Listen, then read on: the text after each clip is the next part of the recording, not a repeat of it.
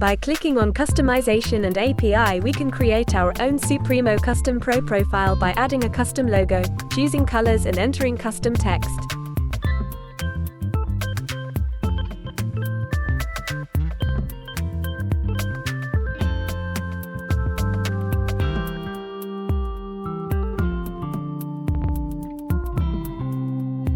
Under Options, a password can be set for the Tools menu to prevent unwanted changes by the end user.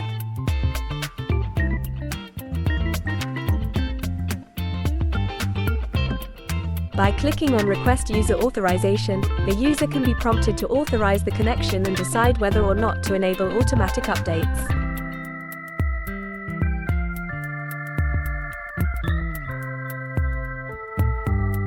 You can enter a list of permitted IDs and save the generated profile.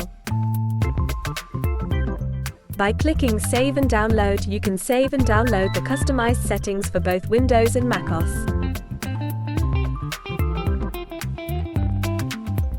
Supremo Custom Pro also allows us to enable the support queue, where we can prioritize our tickets and allow the end user to select the skill level to which the ticket should be escalated.